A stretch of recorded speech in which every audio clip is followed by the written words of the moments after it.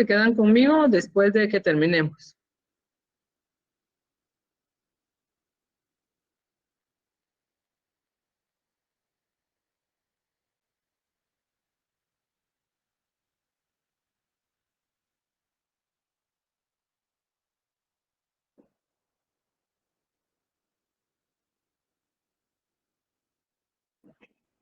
¿Qué es eso, Silvia?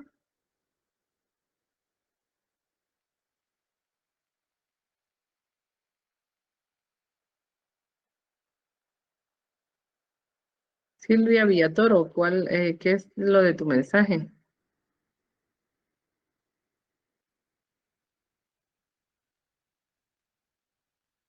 Hola, Lick, buenas tardes.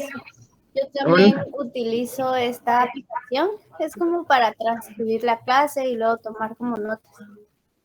Ah, ok, esa no tenía ni la menor idea de qué era. Ok, me tienen que Sí, poner al una día en eso. compañera la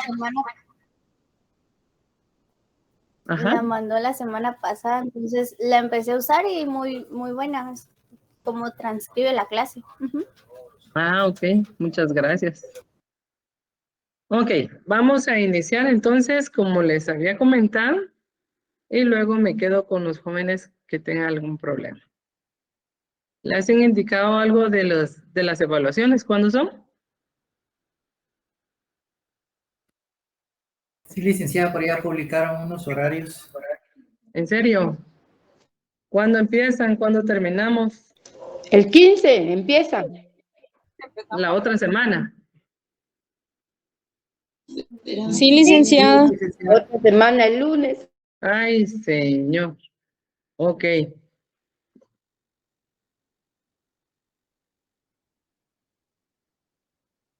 El suyo es el 22, Ligda. El 22, gracias, Ingrid. Muy amable. Ok. Bueno.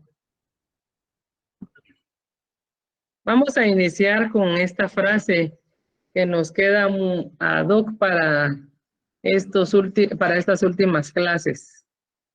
¿Quién comparte?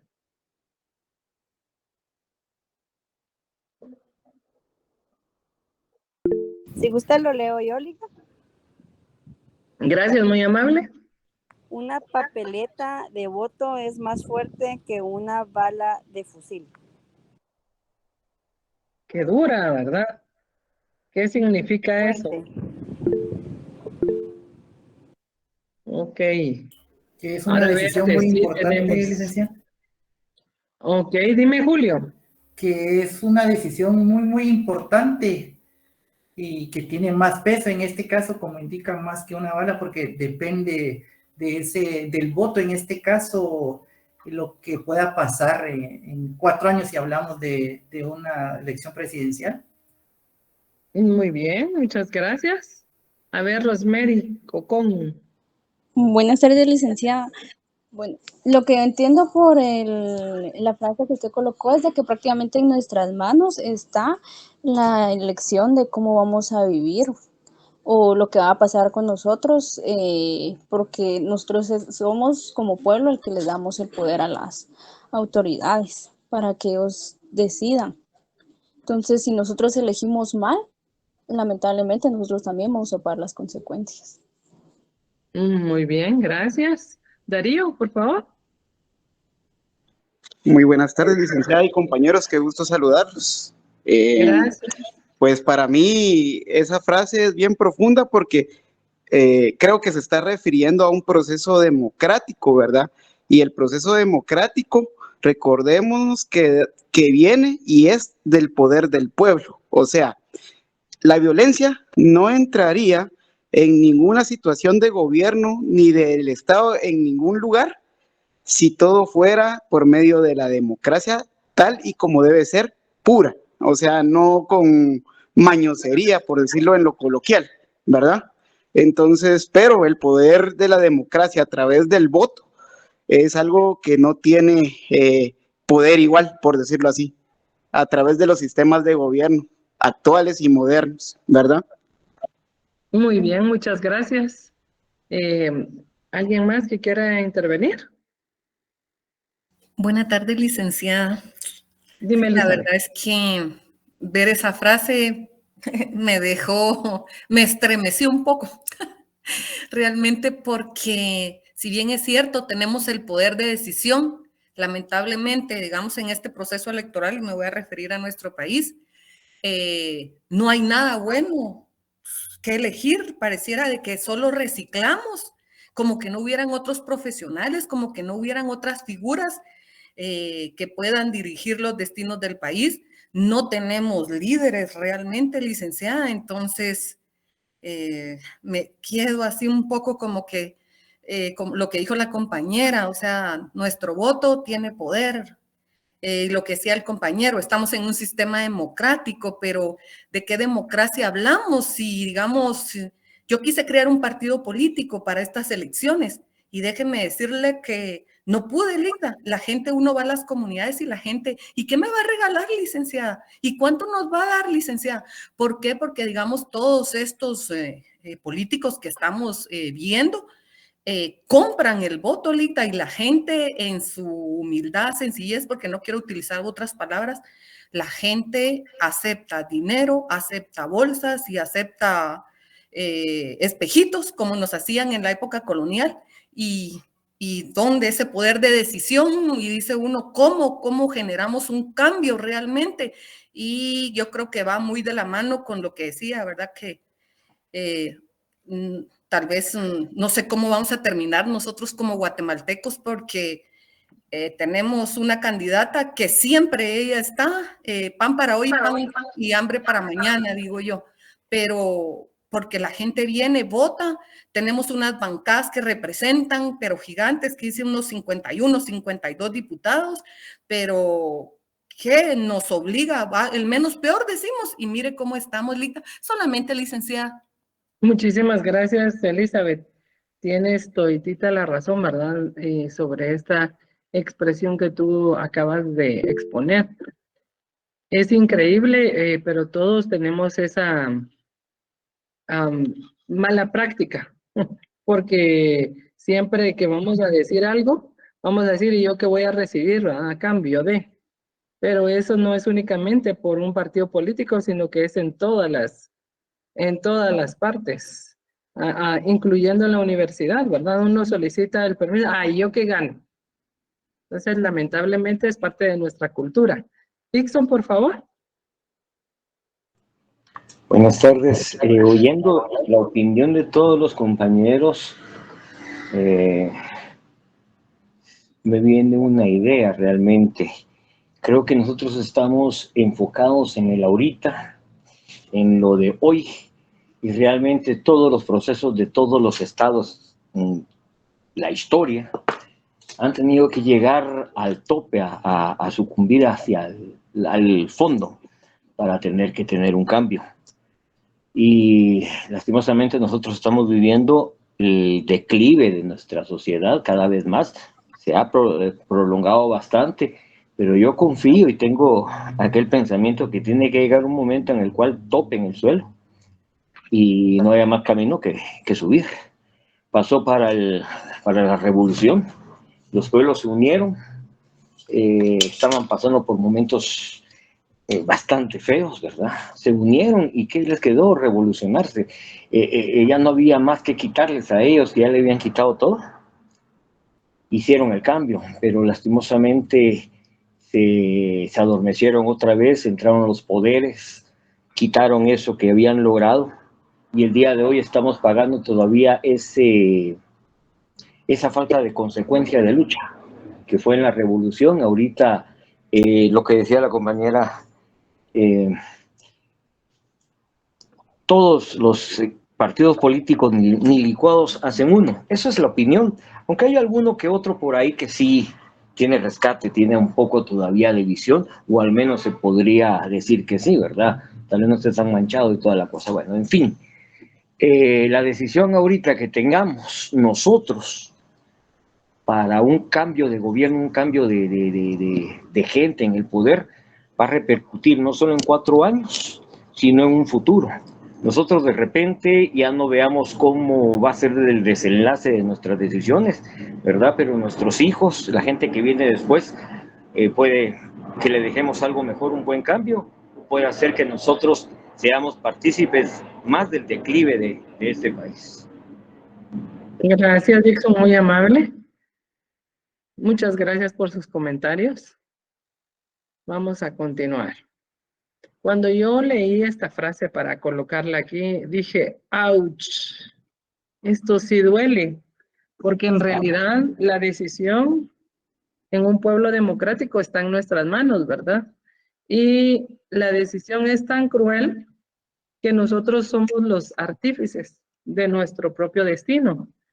Y dice que es más fuerte que una bala de fusil. Imagínense cuando una bala ingresa al cuerpo humano, deja una cicatriz tremenda, deja unas consecuencias a veces abismales, dependiendo del lugar donde ingrese, ¿verdad? Entonces, así mismo dejamos nosotros a nuestro Estado, después de colocar gobiernos que no nos dan la medida que nosotros necesitamos como pueblo de Guatemala para seguir adelante, ¿verdad? Haciendo uso del bien común que está establecido constitucionalmente. Vamos a continuar hablando acerca de los conceptos que nos corresponde saber en esta clase de teoría del Estado. Tenemos lo que es el despotismo. El despotismo es un gobierno de una autoridad singular, una persona o un grupo de personas que no están estrechamente relacionadas, que podrían gobernar con poder absoluto. El despotismo es una forma de gobierno en la que una sola entidad llamada déspota gobierna con un poder absoluto. Puede ser un individuo como una autocracia o puede ser un grupo como una oligarquía. La palabra despotismo significa que abusa de su superioridad, de su fuerza o de su poder en su relación con los demás. Aquí les coloqué unas gráficas, ¿verdad? Donde veo el abuso de poder que tienen en algún momento las fuerzas de seguridad, ¿verdad? Las que están para que nosotros nos sintamos tranquilos, protegidos. En algún momento toman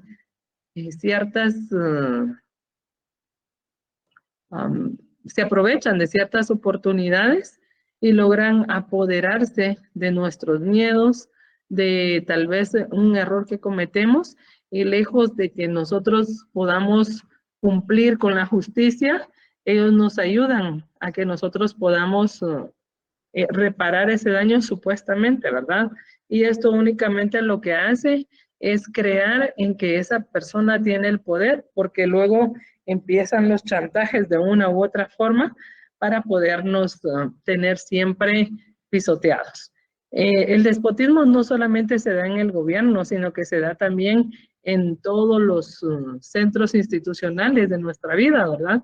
Podría ser en la institución del matrimonio, puede ser en la de empleado y empleador, que lamentablemente se da muy común en las instituciones del Estado, pero también en las privadas, en las entes privadas creo que es donde más se da, porque consideran que ellos tienen el dinero y ellos nos pueden gritar de la forma que a ellos se les dé la gana, o tal vez abusar del poder que ellos tienen en ese momento.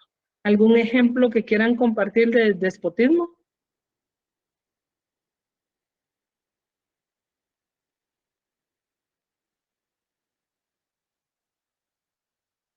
A ver, vamos a empezar con los jóvenes para que no se duerman.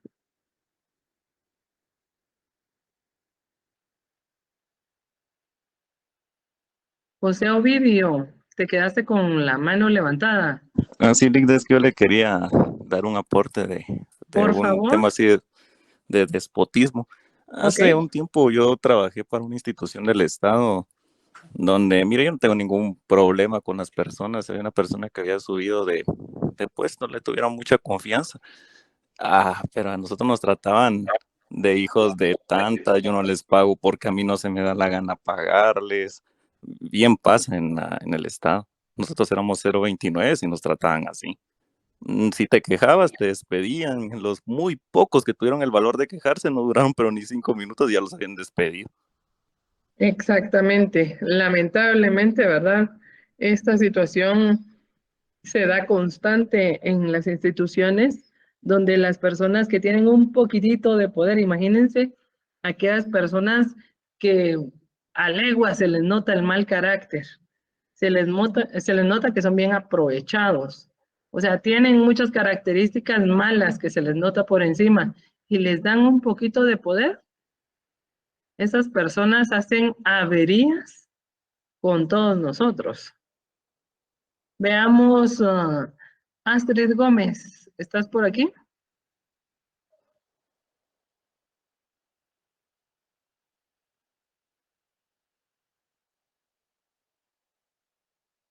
¿Te saco de la clase, Astrid? Sí, buenas tardes. Ok, después te toca a ti compartir un ejemplo. Brandon Guevara. Brandon Guevara.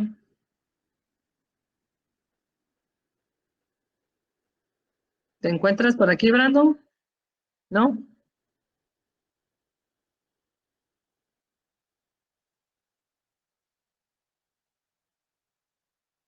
Ok, Karina Lemos. Gracias, Karina. Te toca después de Astrid. Christopher Alexander.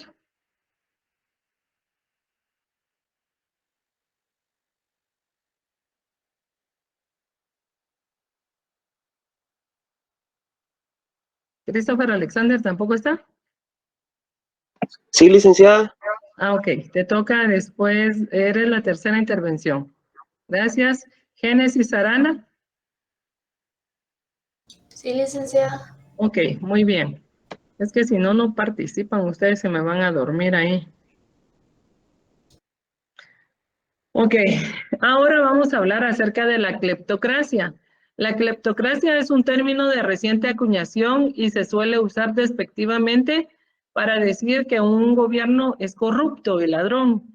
Y es el establecimiento y desarrollo del poder basado en el robo del capital institucionalizado, institucionalizando la corrupción y sus derivados, como el nepotismo, el clientelismo político y el peculado, que estas acciones delictivas quedan impunes debido a que todos los sectores de poder están corruptos.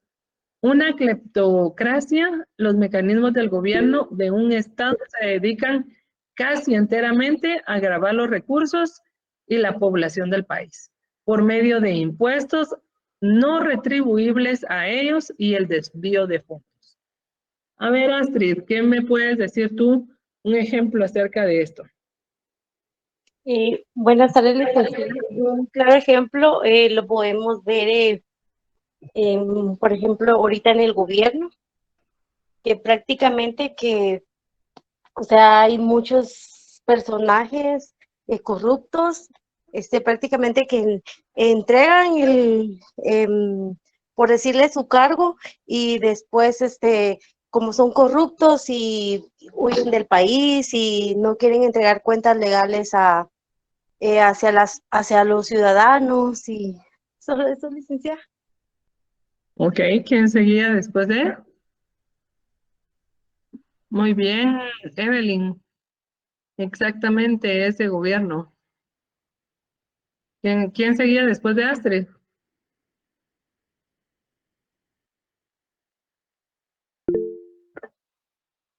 María Elena, dime por favor.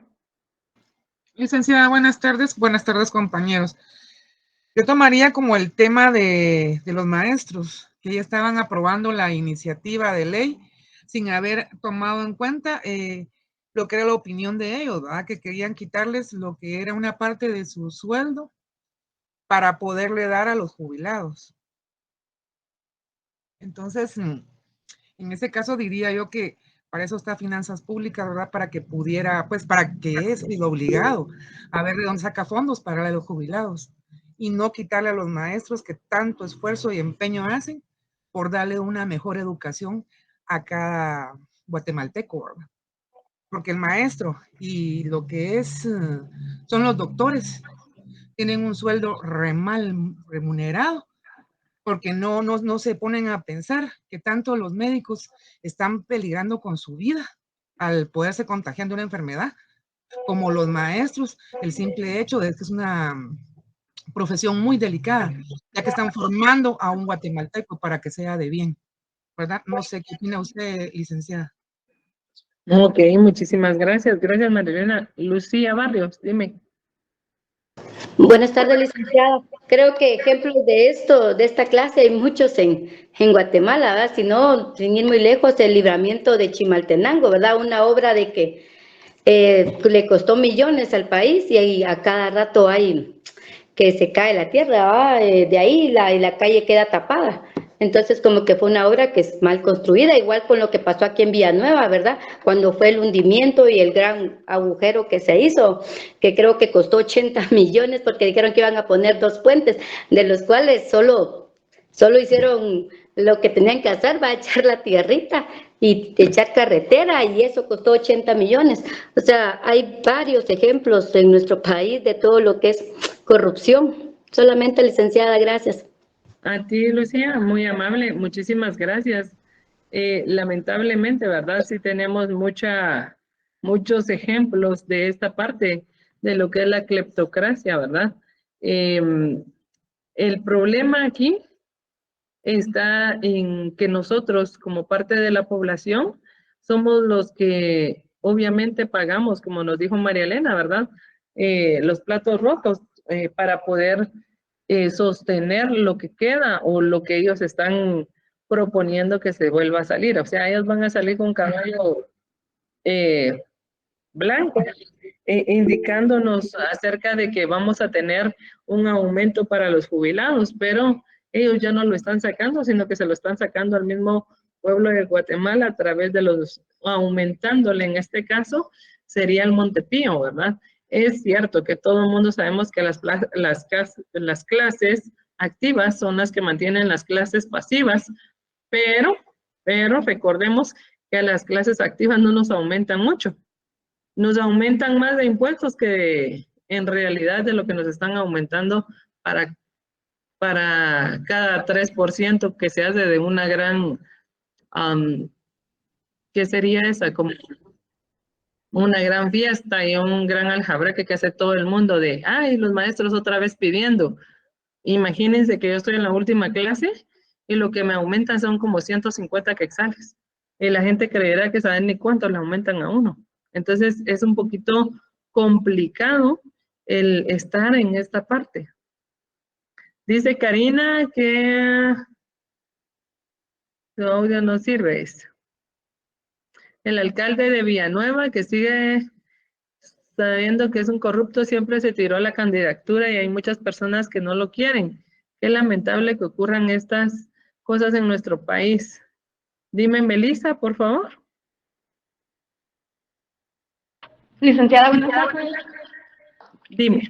Disculpe, Ligra, fíjese que con referencia a lo que están hablando de este tema, pues es una situación tan lamentable que se vive en nuestro país desde el sistema educativo, tanto de salud, pero quiero hablar acerca del sistema educativo, licenciada.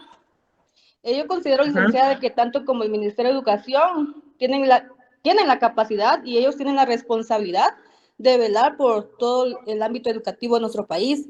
No sé si ustedes se dieron cuenta de la noticia que pasó aproximadamente el 24, entre el 25 de abril, allá en Chiquimula, donde, pues, qué lamentable, licenciada, donde el techo de una escuela cae encima de las niñas y una practicante también. Entonces, yo considero que toda esa responsabilidad recae sobre el Ministerio de Educación, porque ahí se ve claramente que ellos no están cumpliendo con su trabajo como debe de ser, y es un derecho que nosotros tenemos, y mire cómo está esa situación.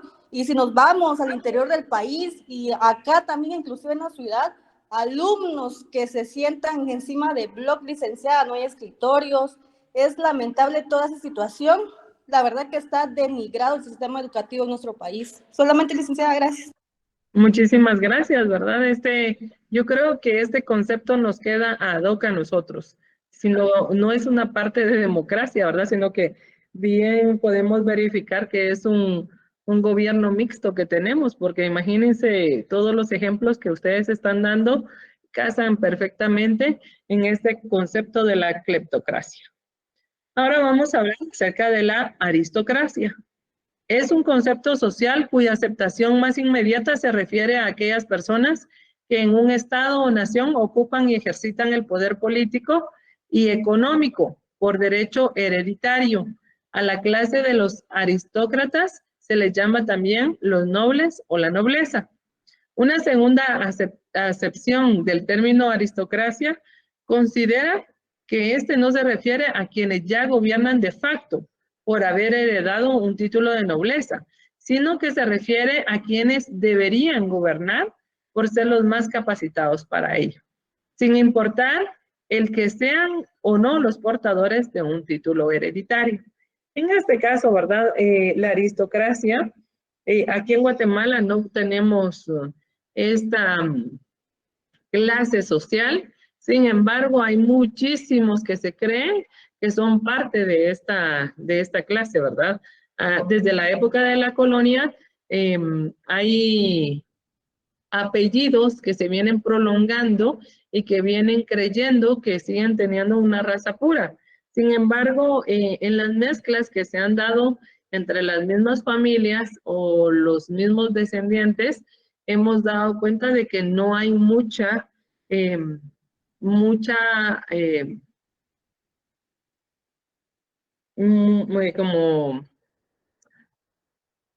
como de una sola rama que se consideran ellos, ¿verdad? Sino que ya vienen en descendientes de otras etnias, que ya no les da la sangre pura. Entonces, en este caso, parte de la aristocracia también serían manejados, creo yo, es muy mi pensar, las etnias. Todos se recuerdan los reinos de los quichés, de los cachiqueles, que obviamente ellos también hacían que los mismos se casaran con familiares o los más cercanos para que no se perdiera el linaje de la familia, ¿verdad? De la familia real en la parte de la etnia. Entonces, si ellos, que es lo que ellos pelean continuamente, tienen una aristocracia, pero los criollos no la consideran como parte de, porque son de las etnias que existen aquí en Guatemala. Sin embargo, los señoríos que se apoderaron les daba esta oportunidad de convertirse en nobles o continuar con la nobleza, callando los errores que pasaban sus propios descendientes para continuar con los linajes de la aristocracia que ellos venían manejando. En esta parte de lo que es la aristocracia es un poquito más fácil de distinguir, ya que aquí en Guatemala no la podemos ver, sino que se puede ver en las partes todavía donde existe la monarquía, donde la nobleza o los nobles tienen aún esos títulos que les son otorgados a través del tiempo por las familias.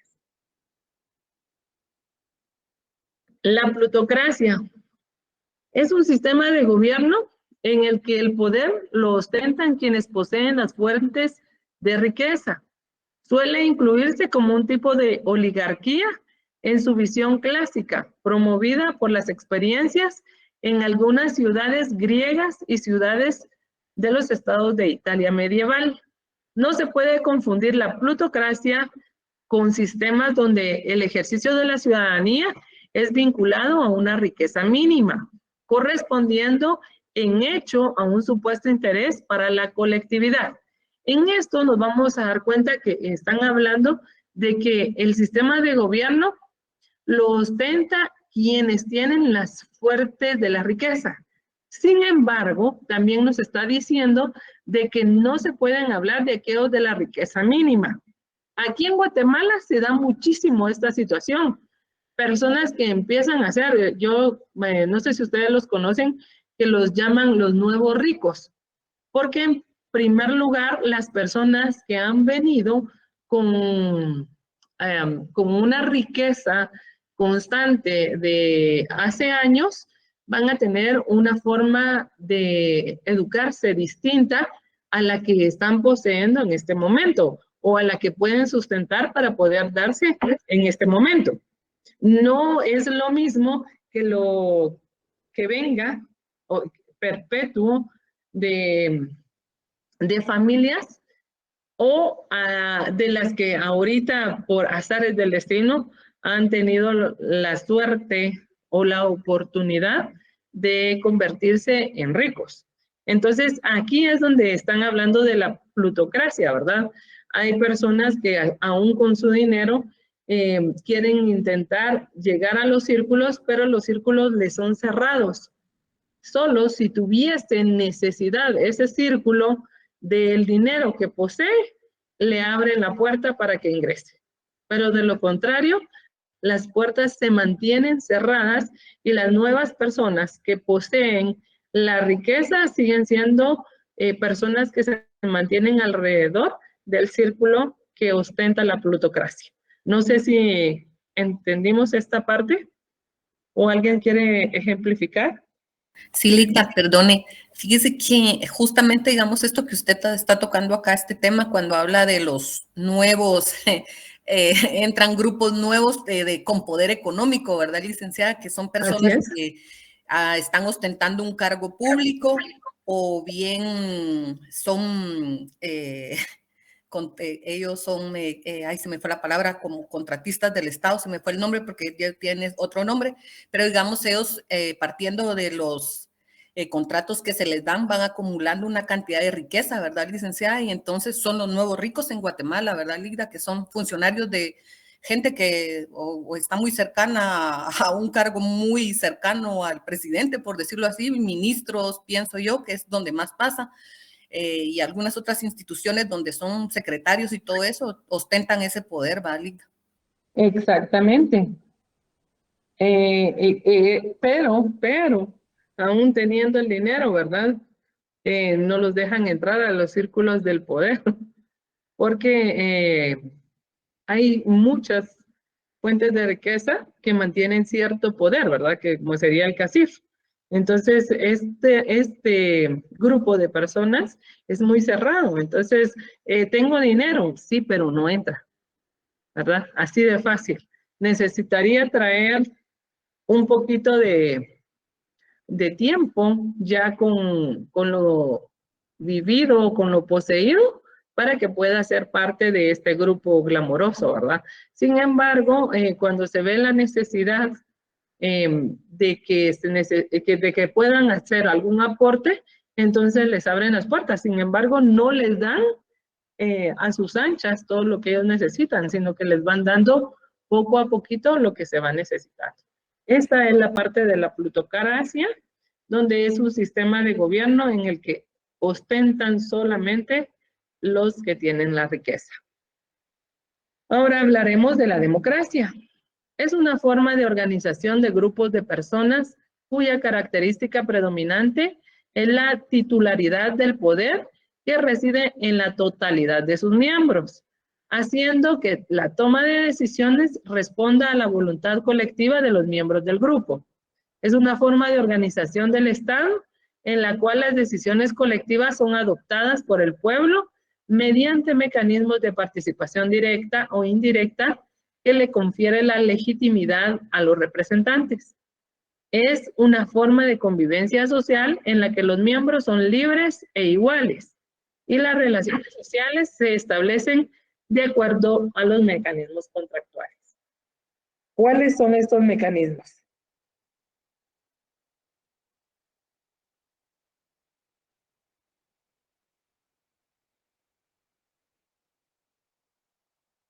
A ver, alguien que me diga. Los pesos y los contrapesos, licenciada, de las instituciones. Pesos y contrapesos de las instituciones. Ok, pero estamos hablando de cuál sería la forma de organización o cómo puedo obtener yo cómo puedo obtener yo la parte que se está dando en lo que es el ejercicio de la democracia. Por medio del sufragio, Ligda. Por medio del sufragio, muy bien. Y esto, aquí entra esta parte, miren, donde dice todos somos libres e iguales, porque nosotros vamos con libertad a las urnas a elegir a quienes nosotros creemos y a nosotros nos parece, ¿verdad? Somos iguales porque tanto los jóvenes como los de la tercera edad, como las mujeres, los hombres, van a ejercer el derecho que les corresponde. Aquí es donde se maneja la libertad y la igualdad. Únicamente aquí. Estamos todos con el mismo derecho de ejercer nuestro voto para poder continuar en el acierto o desacierto de la elección de nuestros gobernantes. ¿Alguien quiere darnos aquí su opinión acerca de la democracia? Yo había solicitado a algunos jóvenes.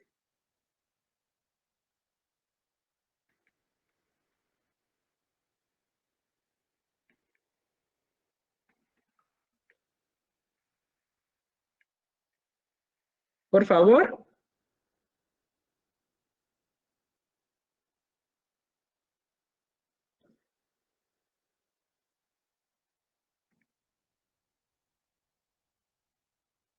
Rita, podemos decir de que, digamos, nosotros tenemos una forma de organización democrática y representativa, ¿verdad? Y como ustedes lo decían, digamos, donde todos podemos utilizar nuestro libre albedrío, ¿verdad? Y elegir lo que consideramos es lo mejor para nuestro país.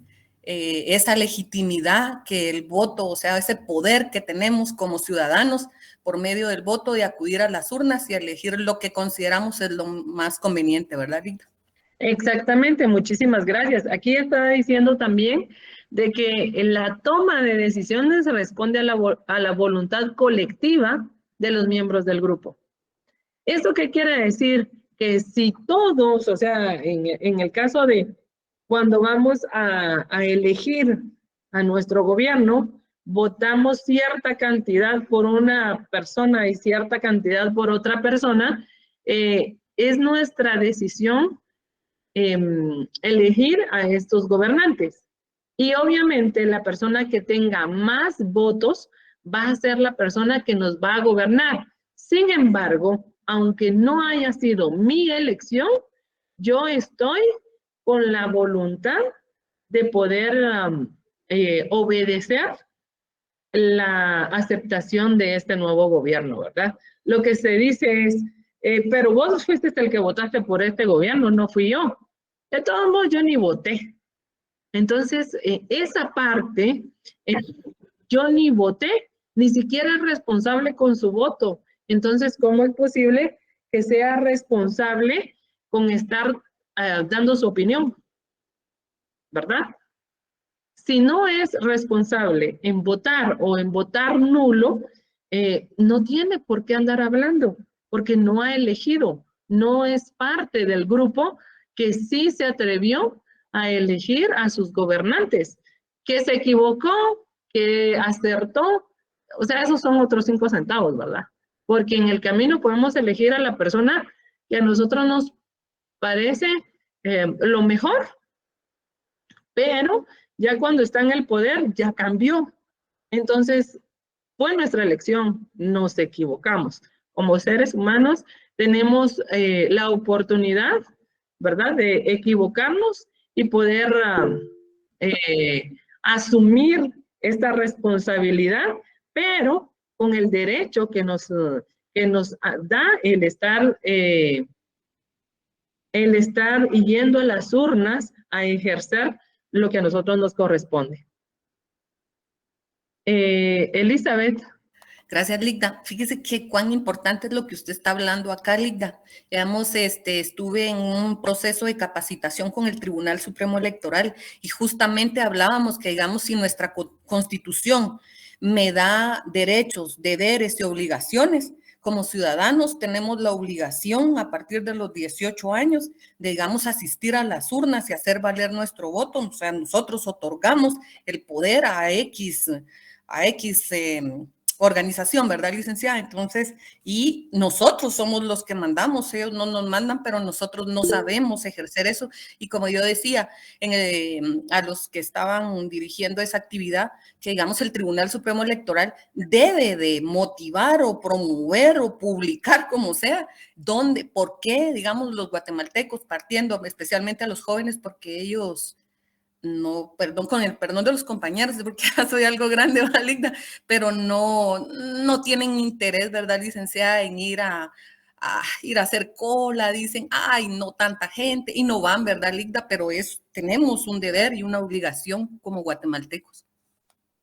Exactamente, muchas gracias, Elizabeth. Dixon. Licenciada, fíjese de que analizando todo esto, la democracia es un derecho que tenemos como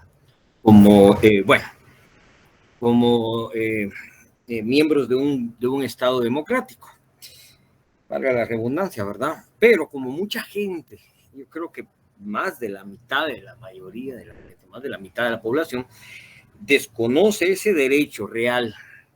Hablemos de los pueblos, de los caseríos, gente que no sabe qué es eso realmente. Gente que es manipulada psicológicamente. Entonces, ¿qué es lo que pasa? Como no se puede vetar, como no se puede quitar el derecho, no se puede obligar, porque los políticos serían tales de decir, bueno, ustedes van a votar por tal, y yo creo que en algunos lugares se ha de dar, pero no se puede a viva voz. Entonces, ¿qué es lo que hacen? Es amaestrar a la gente, es psicológicamente guiarlos, encaminarlos hacia algo. Si no pueden votar, pues hagamos una cosa, digámosles y convenzcámosles, hay que convencerles de que votar no sirve de nada. No vayan a votar, total, eso no sirve. Ahí van a elegir, que otro elija. Total, si yo voy, ¿qué? Entonces la gente no vota, no quiere votar, no tiene interés, porque los han defraudado una y otra vez. Entonces, aquí hay una mafia muy grande, una mafia que se ha ido creciendo y ha sido cada vez más evidente o más cínica, que se ha dejado ver, que al político ya no le interesa realmente quedar bien con el pueblo, sino simplemente hago lo que se me da la gana. Total, el pueblo aguanta, total, el pueblo se calla. Si alegan es por redes sociales, hacen unas pancartas, se van a parar por ahí unas veces y ya estuvo. Entonces han convencido al pueblo de que mejor no voten, que no hagan la fila, que no vayan, que ese día sea un día de salir a pasear. Total, camionetas son gratis, vayan a pasear y toda la cosa, y no voten. Y si votan, voten por la carita más bonita. Y entonces la democracia ha quedado como un derecho que tenemos, que la gente no sabe que tenemos. Exactamente, Dixon, tienes toda la razón, ¿verdad? Lamentablemente tenemos ese problema que nosotros hemos permitido que eso pase. Tenemos todo en las manos y lo dejamos como agua entre los dedos, ¿verdad? Que se diluya porque no sabemos cerrar la mano a tiempo. Harold dice que podría tener derecho de participar y de aceptar la decisión de la mayoría. Dime, Carlos Cifrido. Gracias, licenciada. Fíjese que analizando esto de los votaciones, yo una vez tuve la oportunidad de ver a un político español que decía que, bueno, el abstencionismo también es una forma de protesta, ya que es una acción política y en el cual uno, en el momento del abstencionismo, también le está quitando ese respaldo, porque, por ejemplo, en estas próximas elecciones han quitado un montón de candidatos de una u otra manera. Han tratado de que incluso ahorita todavía están tratando de quitar, parece que al que va de primer lugar lo quieren quitar, ¿verdad? Entonces, es como decirle a alguien, ¿de qué preferir morir, de SIDA o de cáncer, verdad? Entonces el abstencionismo, bueno, en otros países, ¿verdad? Se ve como una forma de protesta, porque no están respaldando a un sistema que pues está viendo que está viciado en su elección. Ok, muchas gracias, pero si te das cuenta en esta parte de abstenerse, digamos, está el partido A, el partido B. Entonces, los del partido B nos sentimos tan decepcionados, nos sentimos tan mal de la corrupción del partido A, en realidad nos vamos a abstener. Entonces, ¿quién va para el gobierno? Ah, pero mire, por ejemplo, en Cuba hay elecciones. No, pero contame, ¿quién va para si yo me abstengo Ajá. y todos los de mi partido B se abstienen a votar, ¿quién va para el gobierno? Bueno, sería el partido A. Exacto, entonces, ¿quién lo puso? Yo, porque me abstuve. Eso es lo que lo que en realidad no analizamos, o sea, deberíamos de analizar esa parte. Está bien, miren, ¿saben qué? No votemos y todos esos son una ¿verdad? Entonces, ¿qué hacemos? No vamos. Igual los que sí van a tener su poca gente, digamos 10 pelones que tengan ahí, con esos 10 pelones ya ganó, porque es la mayoría. Los demás ya ni llegamos. Entonces, ese es el problema. Le voy a poner un ejemplo, le voy a poner el ejemplo de Cuba. En Cuba existen elecciones y hay candidatos.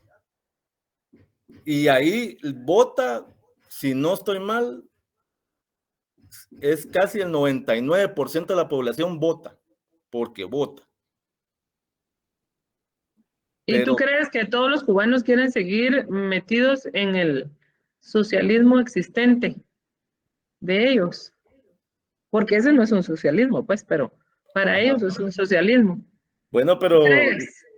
le están dando como un respaldo, le están diciendo como al mundo como que ellos están de acuerdo con el sistema porque todos votan y están de acuerdo con sus autoridades que eligieron ellos mismos. Pero ¿será que las eligieron libres o coaccionados?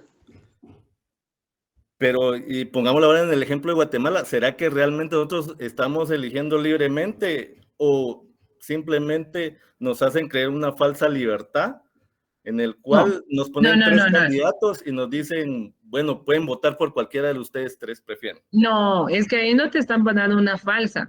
Tú estás eligiendo. O sea, obligarte sería, Carlos, vení para acá, te ponen una pistola y todo el mundo está viendo a dónde estás votando. Pero el voto es secreto. A mí me pueden dar láminas, me pueden dar 100 quetzales, me pueden llevar acarreado, me pueden regalar el bus, me pueden decir lo que quieran. Y al final de cuentas, quien tiene el poder para votar soy yo, porque el voto es secreto.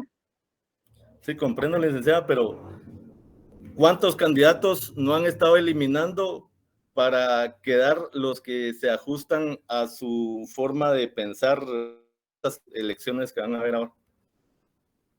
Se han eliminado un montón de gente, incluso hay gente exiliada por eso, ¿verdad? Exacto, eso sí es cierto. Eso sí es cierto. Eso no lo vamos a negar, eso es parte de, pero estábamos hablando de la democracia, o sea, no estábamos hablando en sí del sistema político, sino de la democracia que se da, porque ya vas a tener tu partido político, espérate, ahorita nos va a tocar. Dime, Carol Michelle.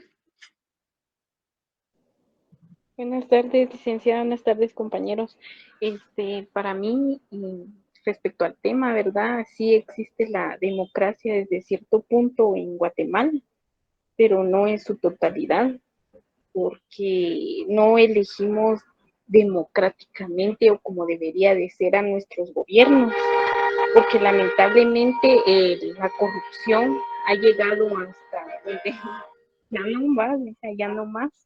Y nos ponen prácticamente los candidatos que quieren, porque qué difícil es hacer algún partido político, en el caso de la compañera que lo mencionó, ¿verdad? Hace un momento que ella deseó formar un partido, las personas no quisieron, pero igual cuando uno va con la mentalidad de crear un partido político, vienen ellos y le ponen cualquier excusa con tal de que uno no logre formarlo, porque nos están imponiendo prácticamente que qué elegir. Nos lo están imponiendo porque a ciertos candidatos o quizás hay ciertos candidatos que quieren participar y lamentablemente no les dan la oportunidad. ¿Por qué? Porque saben que ellos van a venir y quizás van a hacer algo que al final les afecte a ellos. Entonces, pues para mí la democracia no está en su totalidad, ¿verdad? En el país. Esa es mi humilde opinión. Gracias. Gracias, Carol. Dixon. Disculpe, licenciada, que hable tanto, pero fíjese que oyendo a todos tenemos razón en algo, porque son puntos de vista valecederos. Lo que decía Carlos, ¿verdad? De que hay una cierta duda, ¿será que realmente tenemos democracia? Pero usted explicaba que sí, la verdad es que sí la tenemos. Que las opciones sean muy malas, eso es otra cosa. Podemos ir a elegir, como él mismo decía, morir de cáncer o morir de una enfermedad terminal. O sea, te matan de un balazo, un cuchillazo o algo, pero nosotros elegimos cuál. Esa es la democracia en sí, elegir. No tenemos opciones, esa es la verdad. Y si hay unas pocas, están hasta abajo, decimos este no va a quedar, tal vez él es bueno, pero él como no queda, el mejor voto por otro. Manipulación de masas, manipulación psicológica, la gente quiere no ser del partido que perdió, aunque el partido que perdió sea bueno.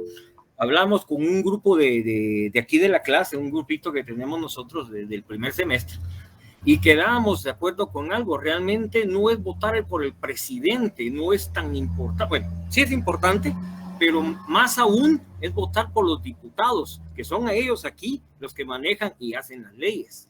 El Congreso al Congreso se ha dejado por un lado y solo estamos mirando y fijándonos en la imagen presidencial, el presidente, ¿verdad? Pero el Congreso es el que dice sí, dice no, ¿verdad? A la hora de tener un buen Congreso, un Congreso que sea realmente contraparte del gobierno, que no esté a servicio del gobierno, como hicieron ahora, que supuestamente era un partido contrario, pero aquí se aliaron, hicieron negocios, ¿verdad?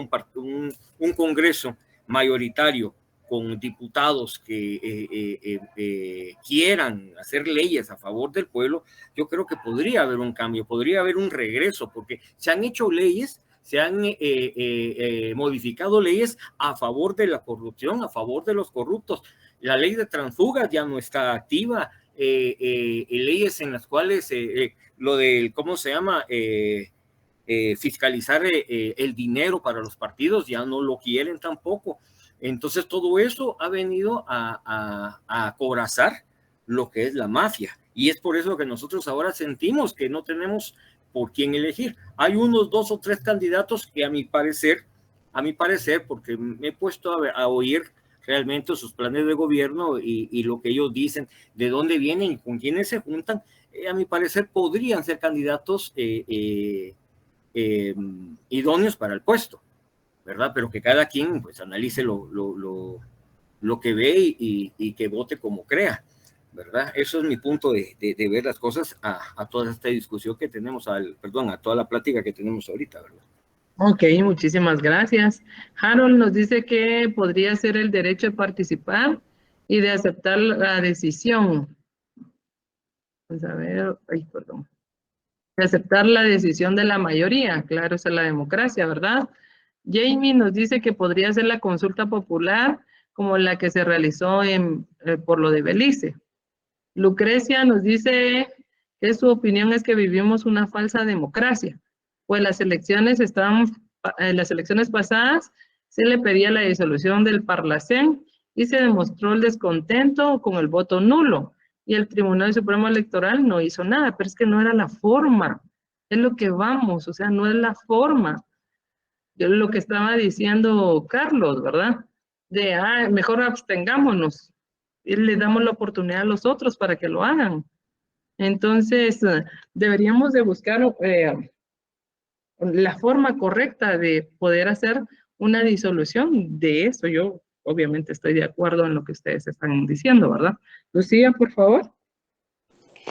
Sí, licenciada, comparto con lo que dice Dixon. Lo único es que yo pienso, ¿verdad?, que aunque el partido que que nosotros pensemos que es bueno, ¿verdad? No quede y que sea uno de los más bajos en las encuestas por convicción.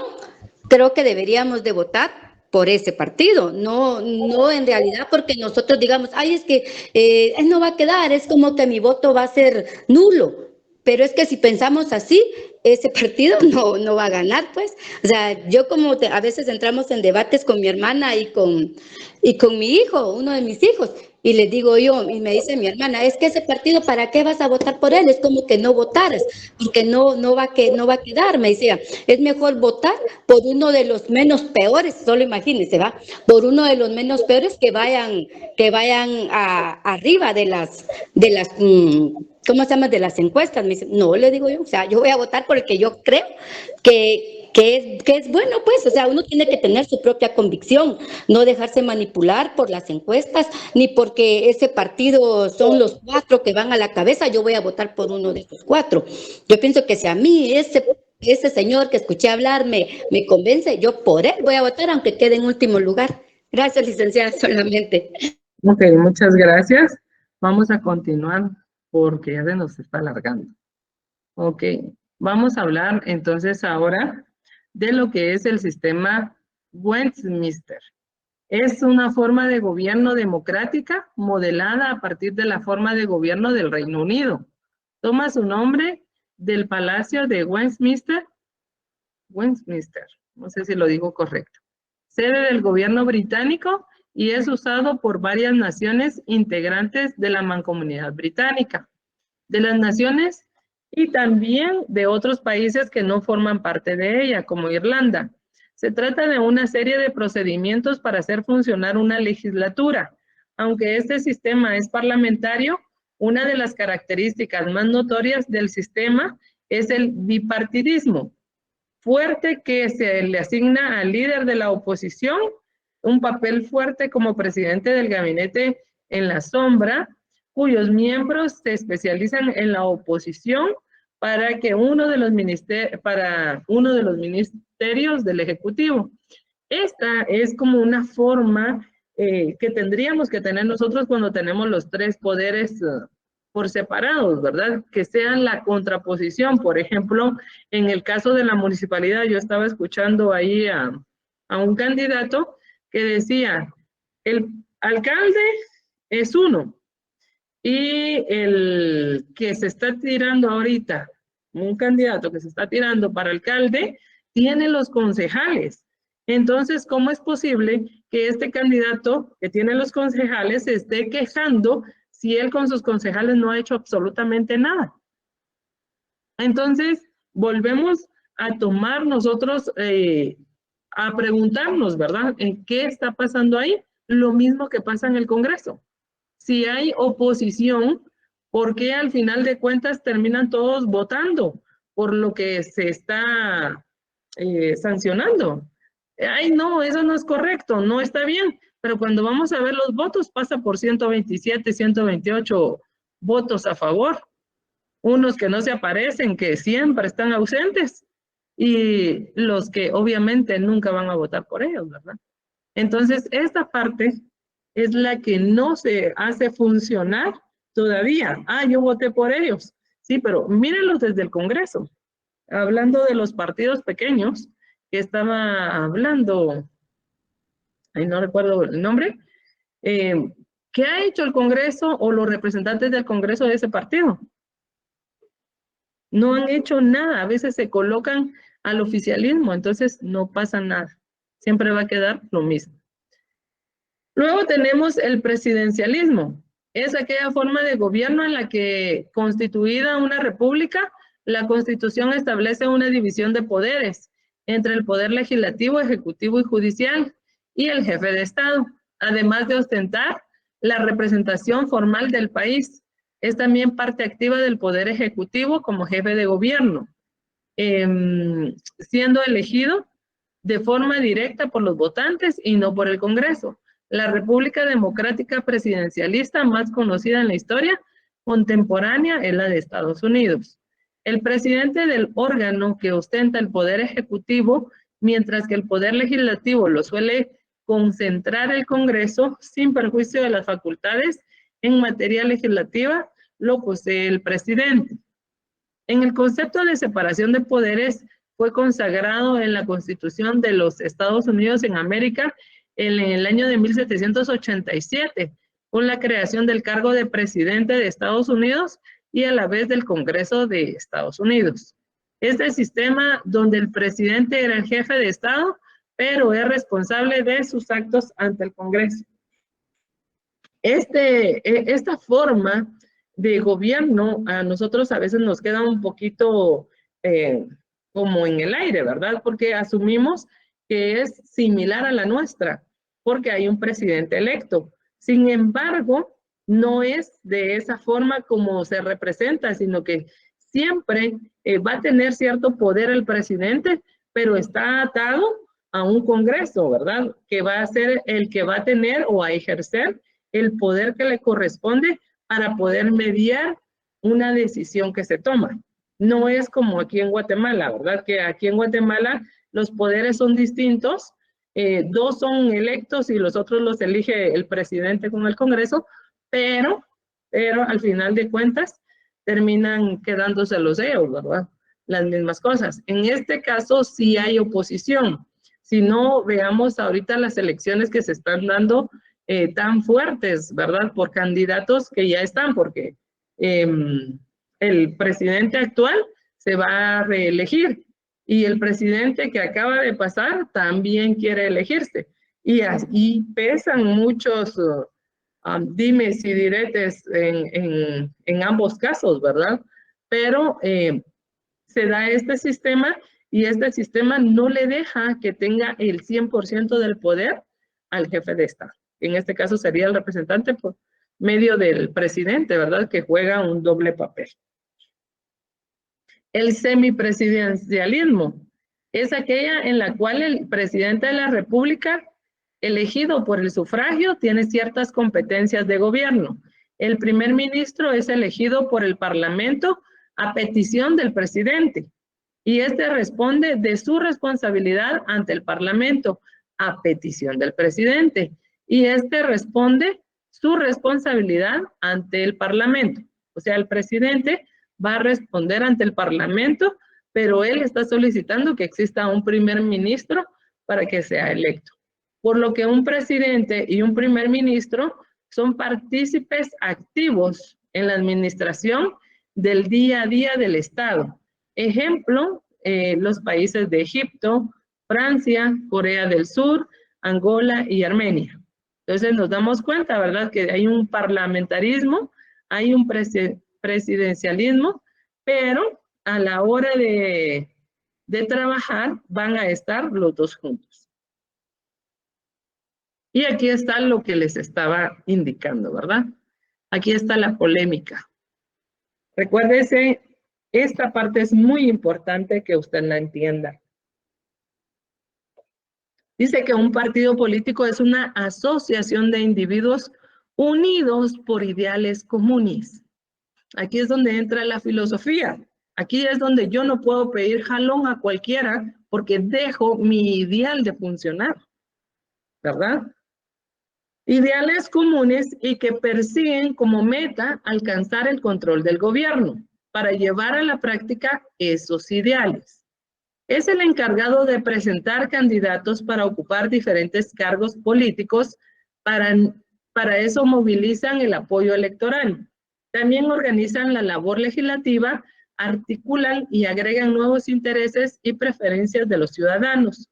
Desde el enfoque de Maurice Duverger, la diferencia de los partidos de creación interna que nace en el seno del Parlamento es un principio de los Tories, que eran los conservadores, y los Whigs, que eran los liberales.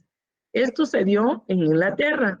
Se decía que solo actuaban por intereses egoístas, pero con el tiempo fue imposible encontrar el equilibrio entre el pueblo y sus representantes, por lo que cambiaron de escenario al crecimiento orgánico. Esto ya no era adentro del Parlamento, sino que se sale y se convierten en partidos políticos, ¿verdad? A buscar la lucha de la creación de grupos con ideales comunes para hacerlos hacerlos valer ante el gobierno que ellos estaban eligiendo. Ellos querían ser parte de, ¿verdad? Sin embargo, aquí en Guatemala tenemos 23 partidos políticos y hay días que dicen que son de izquierda, días de derecha, pero ni los días de derecha saben que tienen cosas en común y los de izquierda tampoco saben que tienen cosas en común. Y se supone que si unos son conservadores y los otros son liberales, tienen que tener en común al menos eso, ¿verdad? Pero aquí en realidad lo que ya se está perdiendo es la libertad de los ideales y únicamente se están enfocando en los cargos políticos y en el poder que pueden conseguir del control del gobierno. Esto es lamentable en estas situaciones, ¿verdad? La política es muy buena, la política es muy hermosa a la hora de trabajarla conscientemente y democráticamente. Pero, ¿qué pasa? La convertimos en un trapo sucio porque siempre vamos colocando nuevas ideas, nuevas situaciones y lo desvirtuamos al final y dejamos de perseguir nuestros propios ideales. Aquí tenemos una actividad. Esta actividad es elaborar un cuadro comparativo de los partidos políticos de los conservadores y de los liberales para el 15 de mayo del 2023. Esa es una. Y dos, es investigar las clases de democracia. Y van a elaborar un pequeño ensayo y lo van a subir a clase. Esta, por ejemplo, cuando estamos hablando de democracia, tenemos que hablar de lo que es la democracia. Ahorita le digo.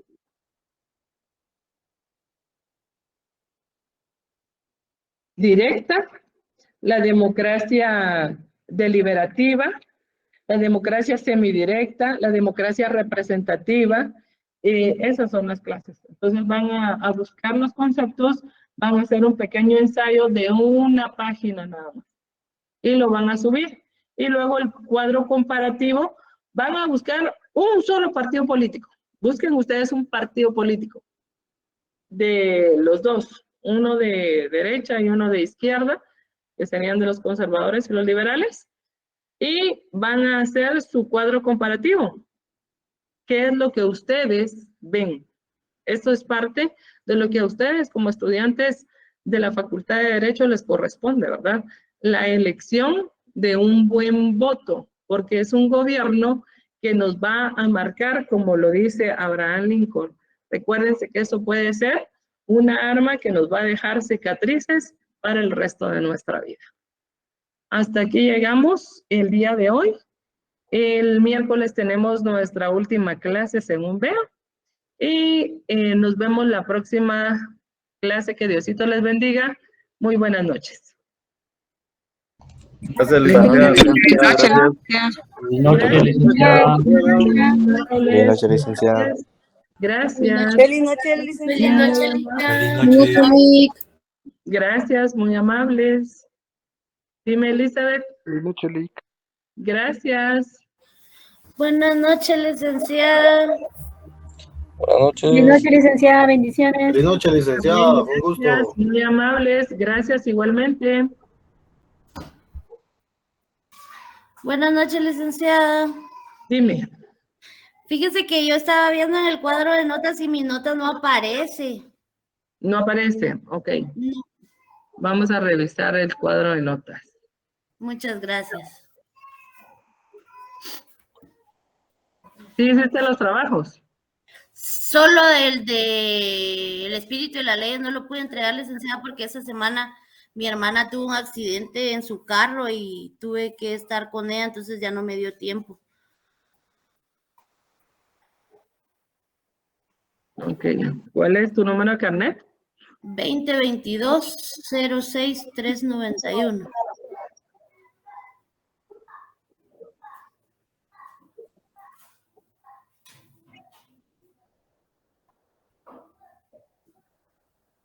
Ahí está. Está. Ajá. Vamos a ver.